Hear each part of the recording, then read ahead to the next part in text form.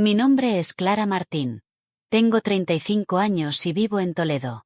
Siempre pensé que los problemas podían resolverse hablando, con paciencia y con respeto. Me equivoqué.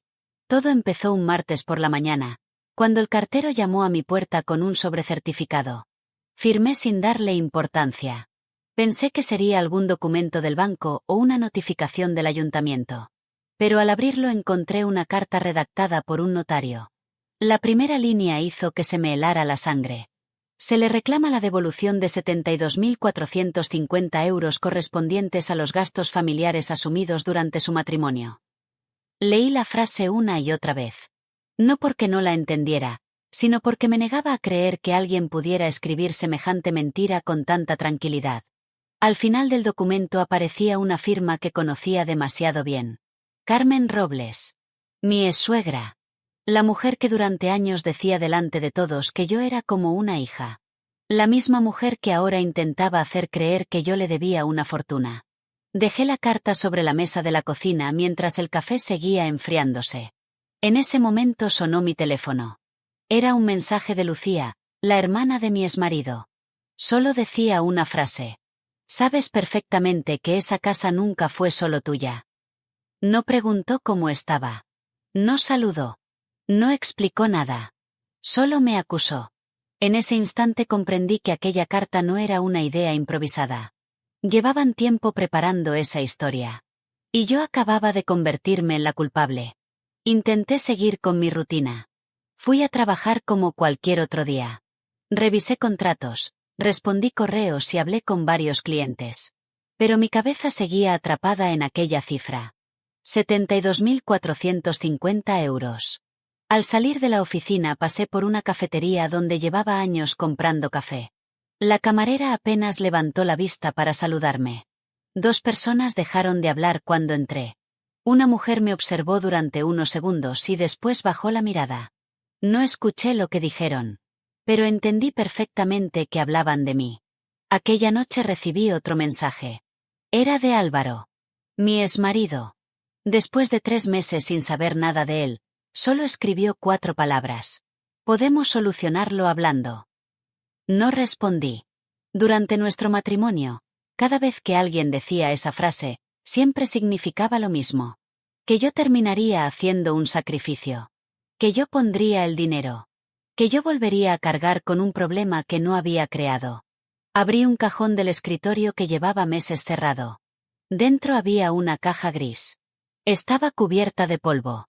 La saqué despacio y la dejé sobre la mesa. Durante unos segundos me quedé mirándola sin moverme. Aquella caja contenía 8 años de mi vida. Documentos. Transferencias. Facturas. Recibos. Nunca había pensado utilizarlos. Los había guardado simplemente porque me gustaba tener todo organizado. Respiré hondo. Todavía no la abrí. Antes necesitaba recordar cómo había empezado todo. Conocí a Álvaro cuando ambos teníamos poco más de 20 años. Era amable, divertido y siempre conseguía hacerme reír. Trabajaba con su padre en una pequeña empresa familiar de carpintería. Parecía un hombre trabajador. Responsable. Con buenos valores. Me enamoré de él sin imaginar que también me estaba casando con toda su familia. Al principio, Carmen fue encantadora conmigo. Siempre me abrazaba delante de los demás. Decía que por fin tenía la hija que nunca había tenido. Me hacía sentir parte de la familia. Yo la admiraba. Pensaba que era una mujer fuerte, capaz de mantener unida a toda la familia después de tantos años de esfuerzo. Lo que todavía no sabía era que Carmen tenía una forma muy peculiar de entender la palabra familia.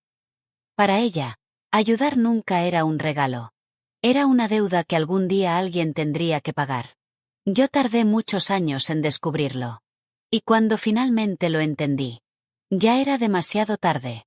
Mi matrimonio comenzó con amor, pero poco a poco se convirtió en una lista interminable de problemas que siempre terminaban en mis manos. El primer año todo parecía normal. Álvaro y yo trabajábamos duro. Habíamos comprado una pequeña casa en Toledo y soñábamos con formar una familia. Yo administraba cada euro con cuidado porque había crecido en un hogar donde el dinero nunca sobraba. Mis padres me enseñaron que ahorrar era una forma de proteger el futuro. Sin embargo, la tranquilidad duró muy poco. Una tarde Carmen nos llamó con urgencia para reunirnos en la casa familiar. Cuando llegamos, el ambiente era tenso. Sobre la mesa había varias facturas sin pagar. El negocio familiar estaba pasando por un mal momento. Si no pagamos esta semana, perderemos un contrato muy importante, dijo Carmen con lágrimas en los ojos. Álvaro me miró en silencio. No me pidió nada. Ni siquiera abrió la boca. Pero conocía perfectamente esa mirada. Era la misma expresión que decía, tú puedes ayudarnos. Esa misma noche hice una transferencia de casi 10.000 euros. Nadie me obligó. Lo hice porque pensaba que una familia debía apoyarse en los momentos difíciles. Carmen me abrazó delante de todos. Sabía que podía contar contigo. Aquellas palabras me hicieron sentir orgullosa. No imaginaba que sería la primera de muchas veces. Pasaron unos meses y apareció otro problema. Lucía quería estudiar un máster en Madrid, pero no podía permitírselo. Otra reunión. Otra conversación llena de lágrimas. Otra vez la misma frase. La familia siempre se ayuda. Vendí unas inversiones que llevaba años ahorrando y pagué toda la matrícula. Lucía prometió devolverme el dinero cuando empezara a trabajar. Nunca volvió a mencionar el tema. Después llegó una avería importante en el tejado de la casa de Carmen. Más tarde una deuda con Hacienda. Luego un préstamo para comprar maquinaria nueva para la carpintería. Cada pocos meses aparecía una nueva emergencia. Y curiosamente, siempre terminaba resolviéndose con mi cuenta bancaria. Lo extraño era que nadie me exigía el dinero. Simplemente daban por hecho que yo lo solucionaría. Y yo lo hacía. Porque quería mantener unida a la familia. Con el tiempo empecé a notar pequeños detalles que antes pasaban desapercibidos. Cuando el negocio tenía beneficios, nadie hablaba de devolverme nada. Cuando llegaban las vacaciones, todos podían viajar menos nosotros. Cuando yo proponía ahorrar para nuestro futuro, siempre surgía una nueva urgencia familiar. Una tarde escuché sin querer una conversación que cambió completamente mi forma de ver las cosas. Había ido a la carpintería para dejar unos documentos. Álvaro estaba fuera. Mientras caminaba hacia el despacho escuché la voz de Carmen. No sabía que yo había llegado. Mientras Clara siga pagando, no tenemos nada de qué preocuparnos. Los dos hombres que estaban con ella se rieron. Sentí un nudo en el estómago. No entré. No dije una sola palabra. Di media vuelta, salí del edificio y me quedé sentada dentro del coche durante casi media hora. Aquella frase no dejaba de repetirse en mi cabeza. Por primera vez comprendí que mi ayuda ya no era un gesto de cariño. Se había convertido en una costumbre. Y las costumbres, cuando benefician siempre a las mismas personas, terminan pareciendo un derecho. Esa misma noche llegué a casa, encendí el ordenador y abrí una carpeta nueva. Empecé a guardar absolutamente todo. Transferencias. Extractos bancarios. Facturas. Contratos. Correos electrónicos. Mensajes. No lo hice para reclamar dinero. Ni para preparar una discusión. Lo hice porque algo dentro de mí me decía que algún día necesitaría recordar exactamente cómo habían ocurrido las cosas. Todavía no sabía cuánto iba a agradecer haber escuchado aquella intuición. Porque lo peor aún estaba por llegar. Una semana después ocurrió algo que terminó de cambiar mi manera de ver a la familia de Álvaro. Era viernes por la tarde cuando recibí una llamada del hospital. Don Emilio, el padre de Álvaro, había sufrido un infarto mientras trabajaba en el taller. Salimos corriendo. Las siguientes horas fueron interminables. Los médicos lograron estabilizarlo, pero necesitaba una operación urgente y un largo tratamiento de recuperación. El seguro cubría una parte importante. Sin embargo, todavía faltaban más de 20.000 euros para completar todos los gastos. Aquella misma noche Carmen volvió a reunir a toda la familia. Entró en la sala de espera llorando. Se sentó a mi lado y me tomó las manos con fuerza. Clara, solo tú puedes ayudarnos otra vez. Miré a Álvaro. Esperaba que, por una vez, dijera que buscaríamos otra solución. Pero bajó la cabeza. No dijo absolutamente nada. 2 días después hice la transferencia al hospital.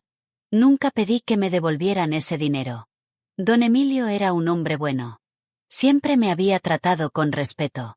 Cuando salió del hospital y empezó la rehabilitación, vino un día a visitarme sin avisar. Traía una pequeña caja de madera hecha por él mismo. La dejó sobre mi mesa. Es lo único que puedo regalarte ahora mismo. Sonrió con tristeza. Después sacó una libreta vieja del bolsillo de su chaqueta. Abrió la primera página y escribió lentamente una frase. La verdad necesita memoria. Los documentos nunca olvidan. Arrancó la hoja y me la entregó. Guárdala siempre, Clara. No entendí por qué me decía aquello. Pensé que simplemente era un consejo de un hombre mayor. Hoy sé que intentaba advertirme. Él conocía mejor que nadie el carácter de Carmen. Sabía cómo era cuando el dinero aparecía en una conversación. Guardé aquella hoja dentro de mi carpeta de documentos, sin imaginar que años después sería una de las cosas más valiosas que conservaría. Los meses siguieron pasando. El matrimonio con Álvaro empezó a enfriarse. Ya casi no hablábamos de nosotros. Todas las conversaciones terminaban girando alrededor de su familia. Un sábado por la mañana encontré unos papeles del banco sobre la mesa del salón. Pensé que eran documentos normales. Pero al revisarlos descubrí algo que me dejó sin palabras. Álvaro había solicitado un préstamo de 38.000 euros. Lo había firmado varios meses antes. Y había utilizado nuestros ahorros como garantía. Sin consultarme. Sin avisarme. Esperé a que llegara a casa. Cuando le pregunté por qué lo había hecho, respondió con absoluta tranquilidad. Mi madre dijo que era la única solución. Ni una disculpa. Ni un debí hablar contigo. Solo volvió a mencionar a Carmen. Fue en ese instante cuando comprendí una verdad muy dolorosa. Yo nunca había sido la prioridad de mi marido. Siempre había ocupado el segundo lugar. El primero pertenecía a su madre. Aquella noche apenas pude dormir. A la mañana siguiente preparé café, encendí el ordenador y pedí cita con una abogada especializada en divorcios. No quería destruir a nadie. No buscaba dinero. Solo quería recuperar la paz que había perdido hacía mucho tiempo. Lo que todavía no sabía era que Carmen jamás aceptaría perder el control. Y cuando el divorcio terminó, decidió convertir mi tranquilidad en su próxima batalla. El divorcio fue mucho más tranquilo de lo que cualquiera habría imaginado. No hubo gritos. No hubo escenas en el juzgado. Ni siquiera discutimos por el dinero. Yo solo pedí conservar la casa que había comprado antes de casarme. Era legalmente mía. Nunca reclamé la empresa familiar. Nunca pedí compensaciones. Ni exigí que me devolvieran todo el dinero que había invertido durante aquellos años. Mi única condición era sencilla. Quería empezar de nuevo. Lejos de los problemas. Lejos de las deudas que nunca habían sido mías. Cuando el juez firmó la sentencia definitiva, respiré con alivio. Pensé que aquel capítulo había terminado para siempre. Me equivoqué. Durante los 3 primeros meses todo permaneció en silencio. Nadie llamó. Nadie escribió. Ni Carmen. Ni Lucía. Ni siquiera Álvaro. Empecé a recuperar la tranquilidad.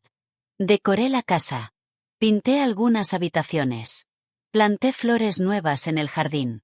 Por primera vez en muchos años sentía que mi vida volvía a pertenecerme.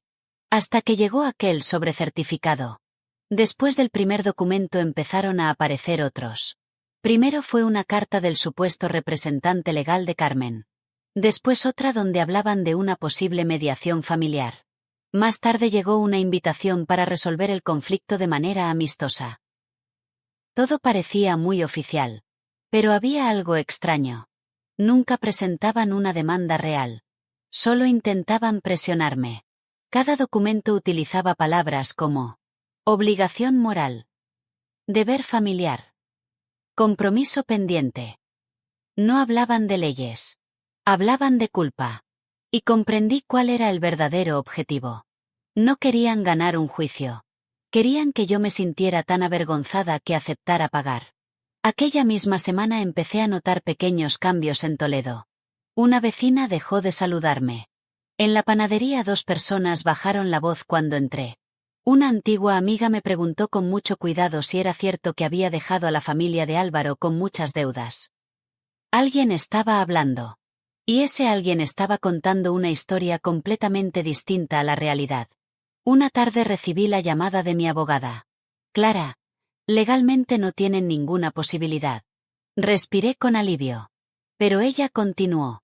El problema no es un juez. El problema es la opinión de la gente. Guardé silencio. Porque tenía razón. Las mentiras repetidas muchas veces terminan pareciendo verdad. Aunque nunca lleguen a un tribunal. Aquella noche abrí por fin la caja gris. Saqué todas las carpetas. Las coloqué sobre la mesa del comedor. Había cientos de documentos. Transferencias bancarias. Facturas. Contratos. Correos electrónicos. Recibos. Mensajes impresos. Todo perfectamente ordenado por fechas. Mientras los revisaba, me di cuenta de algo que nunca había querido calcular. No tenía ni idea de cuánto dinero había entregado realmente durante aquellos 8 años. Siempre había pensado que no importaba. Que ayudar a la familia no necesitaba cuentas. Pero ahora alguien había decidido convertir mi generosidad en una deuda. ¿Y si ellos querían hablar de números? Entonces hablaríamos de números. Saqué una calculadora. Abrí una hoja de cálculo nueva. Y empecé a sumar, línea por línea. Sin imaginar que la cifra final cambiaría por completo la historia. Las primeras cifras no me sorprendieron. 9.800 euros para salvar el primer contrato de la carpintería. 12.400 euros para la matrícula del máster de Lucía. 8.700 euros para reparar el tejado de la casa de Carmen. Después aparecieron pagos que casi había olvidado. Facturas del taller. Préstamos personales. Seguros. Impuestos atrasados. Cada documento tenía una fecha. Cada transferencia llevaba mi nombre. Cada recibo demostraba exactamente quién había pagado. Trabajé durante casi 4 horas seguidas. Cuando terminé, apoyé la espalda en la silla y cerré los ojos. No podía creer la cifra que aparecía en la pantalla. 89.315 euros. Volví a hacer todas las cuentas. 1, 2, 3 veces. El resultado era exactamente el mismo. Durante 8 años había entregado más dinero del que Carmen ahora decía que yo le debía. No solo era mentira. Era exactamente al revés. Aún así, no sentí alegría. Sentí una enorme tristeza. Porque cada uno de aquellos pagos representaba un momento en el que había confiado en personas que jamás pensaron en devolverme el favor. Al día siguiente llamé a una antigua compañera de universidad. Su nombre era Marta Ibáñez. Era auditora financiera y llevaba años revisando cuentas para empresas importantes. Confiaba plenamente en ella. Le expliqué toda la situación. Guardó silencio durante unos segundos. Después dijo algo que nunca olvidaré. Clara, si todo esto está documentado, nadie podrá cambiar la verdad. Le envié copias de todos los documentos. 3 días después me llamó. He revisado absolutamente todo. Las cifras coinciden. Cada transferencia está respaldada por movimientos bancarios. Cada factura tiene justificante. Todo está perfectamente documentado. Respiré profundamente. Entonces Marta añadió otra frase. Pero hay algo que me llama mucho la atención. ¿Qué cosa? Nunca reclamaste ni un solo euro. Todos estos pagos parecen ayudas voluntarias. No préstamos. Asentí en silencio. Era cierto. Jamás había pensado pedir aquel dinero de vuelta. Solo quería demostrar que nunca había vivido a costa de aquella familia. Marta preparó un informe profesional. Más de 30 páginas. Con fechas. Importes. Documentación bancaria. Y un resumen final. Total abonado por Clara Martín durante el matrimonio. 89.315 euros. Cuando vi aquella última página comprendí que, por primera vez desde el divorcio, tenía algo mucho más fuerte que las palabras. Tenía pruebas. Esa misma tarde sonó mi teléfono. Era Álvaro. Su voz sonaba nerviosa. Mi madre quiere hablar contigo. Ya ha hablado bastante. Hubo unos segundos de silencio. Después dijo. Va a organizar una reunión familiar el próximo sábado. Quiere que todo esto termine delante de todos. No respondí inmediatamente. Miré el informe que Marta acababa de preparar. Después observé la caja gris llena de documentos. Y, por primera vez desde que empezó aquella pesadilla, sonreí, porque comprendí exactamente lo que Carmen estaba haciendo. Había preparado un escenario para humillarme delante de toda la familia. Lo que todavía no sabía era que yo también pensaba asistir. Solo que llevaría conmigo algo que ella jamás esperaba ver. El informe completo. Y toda la verdad. El sábado llegué al restaurante 10 minutos antes de la hora acordada. No era un lugar elegante. Era uno de esos restaurantes tradicionales del casco antiguo de Toledo donde muchas familias celebraban cumpleaños, aniversarios y reuniones importantes. Cuando entré, todos ya estaban allí. Carmen ocupaba el centro de la mesa. A su derecha estaba Álvaro. A la izquierda, Lucía. También habían invitado a varios tíos, primos e incluso algunos amigos muy cercanos de la familia. No era una conversación privada. Era un juicio. Y yo era la acusada. Respiré profundamente. Sonreí con educación. Y tomé asiento sin decir una palabra. Durante los primeros minutos hablaron de cualquier cosa. Del tiempo. Del trabajo. Del negocio familiar. Hasta que Carmen dejó lentamente la copa sobre la mesa. Todo el restaurante pareció quedarse en silencio. Clara, dijo con una voz tranquila.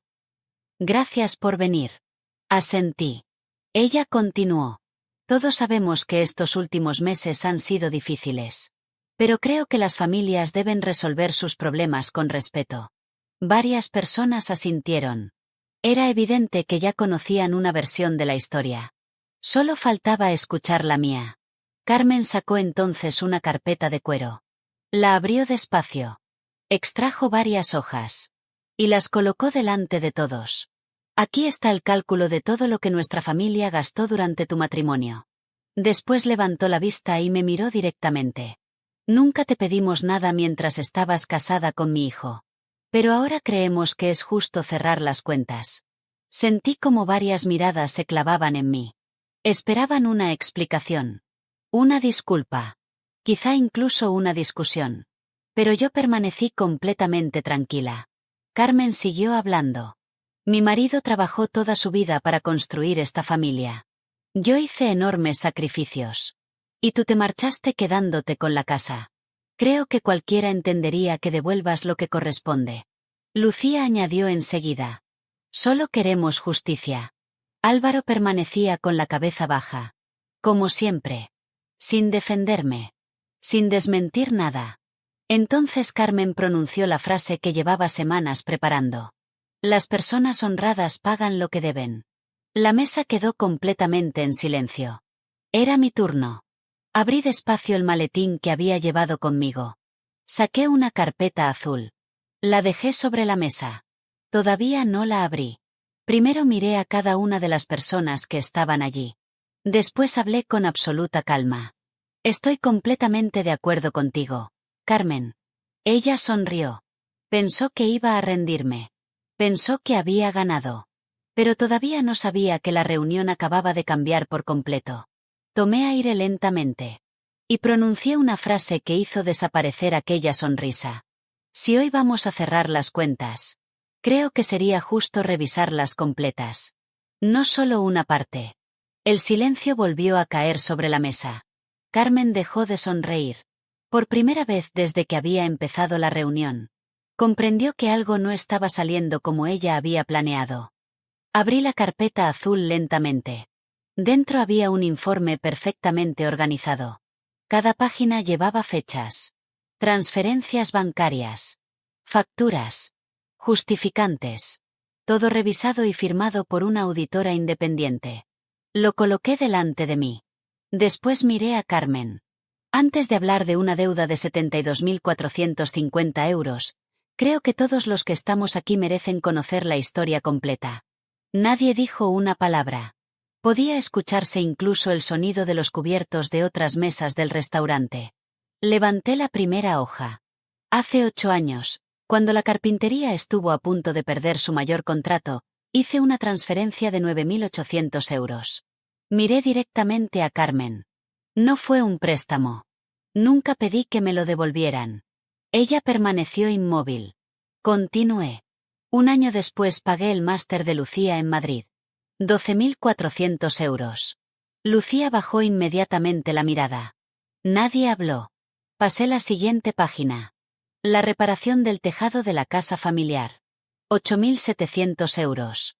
Un tío de Álvaro frunció el ceño.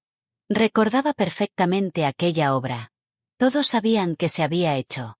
Pero nadie sabía quién la había pagado. Seguí leyendo. La maquinaria nueva para la carpintería. 15.600 euros. Los impuestos atrasados. 11.300 euros. Los gastos médicos de don Emilio. 14.900 euros. Cada cifra iba acompañada de la transferencia correspondiente. Del comprobante del banco. Y de la fecha exacta. Ya nadie miraba a Carmen. Todos observaban los documentos. Pasé la última página. Respiré profundamente. Y leí el resumen final. Según la auditoría independiente, durante 8 años aporté 89.315 euros para ayudar a esta familia. Cerré la carpeta con tranquilidad. Después miré a Carmen. Así que, antes de decir que yo debo 72.450 euros, quizá deberíamos responder una pregunta mucho más importante. ¿Quién ayudó realmente a quién? El silencio era absoluto. Lucía tenía los ojos llenos de lágrimas. Uno de los tíos tomó el informe y empezó a revisar las páginas. Otro hizo lo mismo. Las fechas coincidían. Las cantidades también. Todo estaba respaldado por documentos oficiales. Entonces ocurrió algo inesperado. Don Ernesto, el hermano mayor de don Emilio, levantó la vista. Miró a Carmen durante unos segundos. Y preguntó con voz seria. ¿Todo esto es cierto? Carmen no respondió. Solo apretó los labios. Don Ernesto volvió a hablar. Te he hecho una pregunta. ¿Es verdad que Clara pagó todo esto? Carmen respiró hondo. Por primera vez desde que había comenzado la reunión. No tenía ninguna respuesta preparada. Y el silencio empezó a jugar en su contra. El restaurante permanecía completamente en silencio. Nadie tocaba la comida. Nadie levantaba la copa.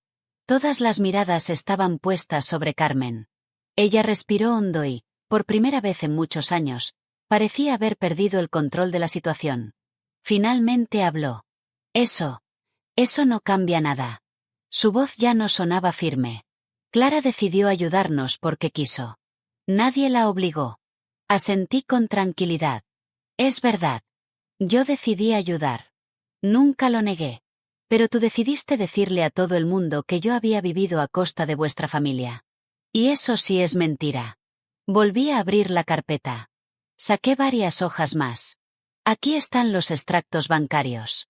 Aquí están las facturas. Aquí están los comprobantes de cada transferencia.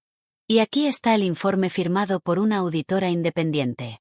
Lo deslicé lentamente hacia el centro de la mesa. Don Ernesto comenzó a revisar las páginas una por una. Después otro familiar hizo lo mismo. El ambiente había cambiado por completo. Ya nadie escuchaba únicamente a Carmen. Ahora todos observaban las pruebas. Lucía intentó romper el silencio. Eso solo demuestra que ayudaste. Pero no significa que mi madre te deba nada. La miré con serenidad. Tienes razón. Nunca he venido a pedir dinero. Jamás reclamé un solo euro. Si hubiera querido hacerlo, habría iniciado un procedimiento hace años. Pero nunca fue mi intención. Hice una pequeña pausa. Después continué. La diferencia entre nosotros es muy sencilla. Yo ayudé sin esperar nada a cambio. Vosotros habéis intentado convertir esa ayuda en una deuda inventada. Aquellas palabras dejaron a toda la mesa inmóvil. Álvaro seguía sin levantar la cabeza. Entonces decidí hablarle directamente. Álvaro. Después de tantos años. Solo quiero hacerte una pregunta. Él levantó lentamente la vista. Por primera vez desde que empezó la reunión, nuestros ojos volvieron a encontrarse. ¿Alguna de estas transferencias es falsa? Guardó silencio. ¿Alguna factura está manipulada? No respondió. ¿Algún documento es mentira? Todo el restaurante parecía contener la respiración. Finalmente, Álvaro habló. Muy despacio. Casi en un susurro. No. Todo es verdadero. Aquellas 4 palabras cambiaron completamente la reunión. Lucía cerró los ojos. Don Ernesto dejó escapar un largo suspiro. Varios familiares empezaron a mirarse entre ellos. Carmen golpeó la mesa con la palma de la mano. ¡Álvaro! Pero era demasiado tarde. La verdad ya había salido de su propia familia. Álvaro respiró profundamente. Después miró a su madre. Mamá. Clara nunca nos pidió nada. Siempre estuvo cuando la necesitábamos. Fuimos nosotros quienes nos acostumbramos a que solucionara nuestros problemas. El silencio que siguió fue todavía más fuerte que el anterior. Nadie discutía. Nadie levantaba la voz. Porque ya no quedaba nada que discutir. Las pruebas hablaban por sí solas. Y, por primera vez desde que comenzó aquella historia, la verdad estaba ganando. Nadie habló durante varios segundos. El camarero se acercó para retirar unos platos, pero al ver el ambiente dio media vuelta sin decir una palabra. Don Ernesto cerró lentamente la carpeta con los documentos. Después miró a Carmen. He conocido a mi hermano toda la vida, dijo con voz tranquila. Si Emilio estuviera aquí, nunca habría permitido que esto llegara tan lejos. Aquellas palabras golpearon la mesa con más fuerza que cualquier grito. Carmen respiró hondo. Intentó recuperar el control. Todos os estáis dejando engañar por unos papeles. Clara siempre ha sabido convencer a la gente. Yo negué suavemente con la cabeza. No, Carmen. Las personas pueden mentir. Los documentos no. Saqué entonces un pequeño sobre blanco que todavía no había abierto. Lo coloqué delante de ella. Hay una última cosa que quiero enseñar. Carmen frunció el ceño. Dentro había varias impresiones de mensajes de WhatsApp. Mensajes enviados por ella años atrás. Leí uno en voz alta. Clara, gracias por salvarnos otra vez.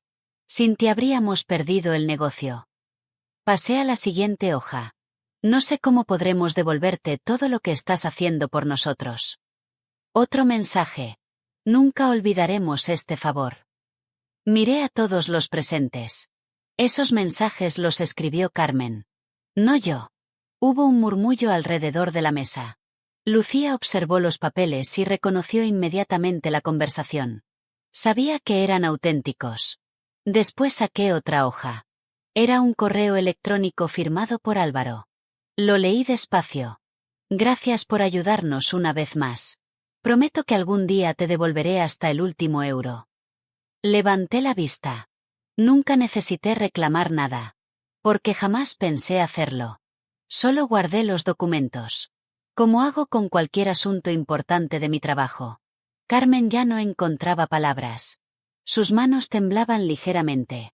Por primera vez comprendía que aquella reunión ya no giraba alrededor de su versión de la historia. Ahora todo dependía de hechos. Y los hechos no estaban de su lado. Don Ernesto volvió a intervenir.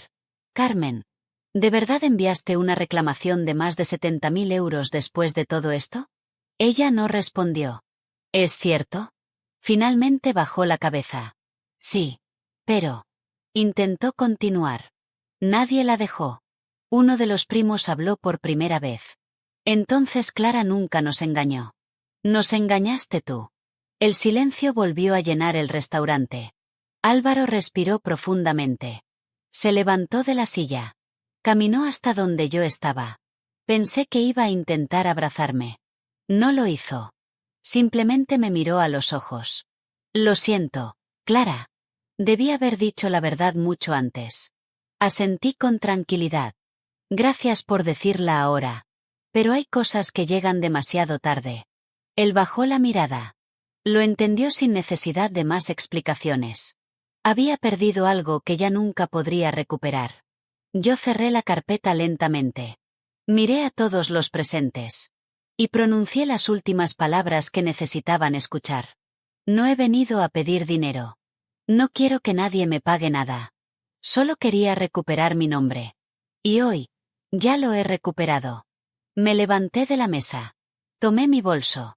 Y caminé hacia la salida del restaurante. Detrás de mí nadie intentó detenerme. Porque todos comprendían que aquella historia ya había terminado. Solo quedaba una persona incapaz de aceptarlo. Carmen. El restaurante permanecía en absoluto silencio mientras yo caminaba hacia la salida. Entonces ocurrió algo que nadie esperaba. «Espera, Clara». Era don Ernesto. Me detuve. Él se levantó lentamente y caminó hasta donde yo estaba. Después se volvió hacia todos los presentes. «Antes de que esta reunión termine, hay algo que debemos hacer». Miró directamente a Carmen. «Durante semanas permitiste que todo el pueblo creyera que Clara había arruinado a esta familia. Ahora todos sabemos que ocurrió exactamente lo contrario».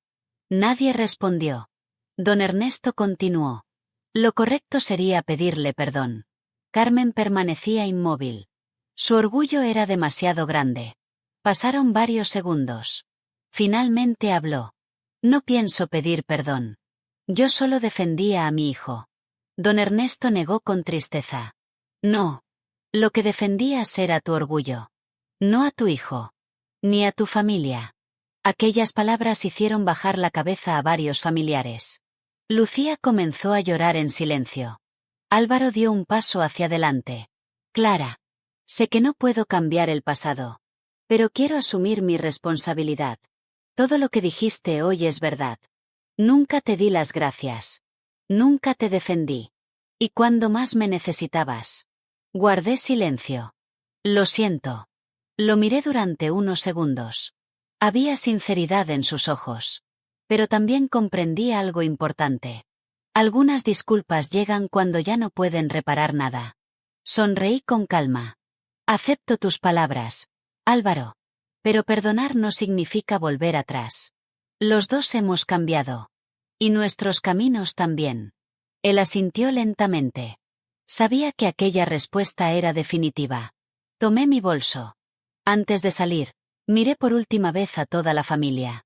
«Os deseo de corazón que algún día aprendáis una lección muy sencilla. Las personas que más ayudan también necesitan respeto. No confundáis nunca la bondad con la obligación. Porque el día que esa persona desaparece, descubrís todo lo que hacía por vosotros». Nadie respondió. Abrí la puerta del restaurante. El aire fresco de la noche entró en la sala. Mientras caminaba hacia mi coche sentí algo que no había sentido en muchos años. Paz. No porque hubiera vencido a alguien, sino porque ya no necesitaba demostrar nada más. La verdad había hablado por sí sola. Parte 11. Final. 2 semanas después, la vida volvió poco a poco a la normalidad. Entré de nuevo en la panadería del barrio. La dependienta sonrió como siempre. En la cafetería donde desayunaba algunos sábados, la gente volvió a saludarme con naturalidad. No hubo grandes disculpas. En las ciudades pequeñas, las personas rara vez admiten que se equivocaron. Simplemente empiezan a tratarte otra vez como siempre debieron hacerlo. Y, en ocasiones, eso ya dice bastante. Un martes por la mañana encontré un sobre en mi buzón. No llevaba remitente. Dentro había una sola hoja escrita a mano. Era de Lucía. «Clara, tardé demasiado en comprender todo lo que hiciste por nosotros. Gracias por ayudarnos cuando más lo necesitábamos. Sé que un perdón no cambia el pasado, pero necesitaba decirlo». Doblé la carta con cuidado. No sentí rabia. Tampoco alegría. Solo la sensación de que, por fin, aquella historia estaba llegando a su verdadero final. Unos días después recibí otra sorpresa. El banco me avisó de una transferencia. 3.000 euros. En el concepto solo aparecía una frase. «Primer pago. Gracias por todo». Era de Álvaro. Sonreí unos segundos. Después devolví la transferencia. No quería ese dinero. Nunca lo había querido. Lo único que necesitaba ya lo tenía. La verdad. Aquella misma tarde abrí el cajón de mi escritorio. Saqué la caja gris donde durante años había guardado todos aquellos documentos. Los miré una última vez. Los ordené. Los até con una cinta. Y los guardé de nuevo. No porque esperara volver a utilizarlos, sino porque me recordaban una lección que jamás volvería a olvidar. La bondad no significa olvidar. Perdonar no significa aceptar mentiras. Y ayudar a alguien nunca debería obligarte a renunciar a tu dignidad. Meses después escuché que Carmen había dejado de hablar del asunto. Nunca volvió a mencionar aquella falsa deuda. Nunca volvió a enviar cartas. Nunca volvió a intentar explicar lo ocurrido. El silencio fue su última respuesta. Y, curiosamente, también fue la única sincera. A veces creemos que ganar significa derrotar a alguien. Con los años entendí que no. Ganar es poder volver a dormir tranquilo. Es caminar por la calle sin bajar la mirada. Es saber que nadie puede reescribir tu historia porque tú conservaste la verdad. Antes de cerrar definitivamente aquella caja gris, pegué una pequeña nota en la tapa. Decía simplemente: la memoria puede fallar. Los hechos, no. Cada vez que la veo recuerdo que la honestidad necesita dos cosas para sobrevivir: un buen corazón y pruebas.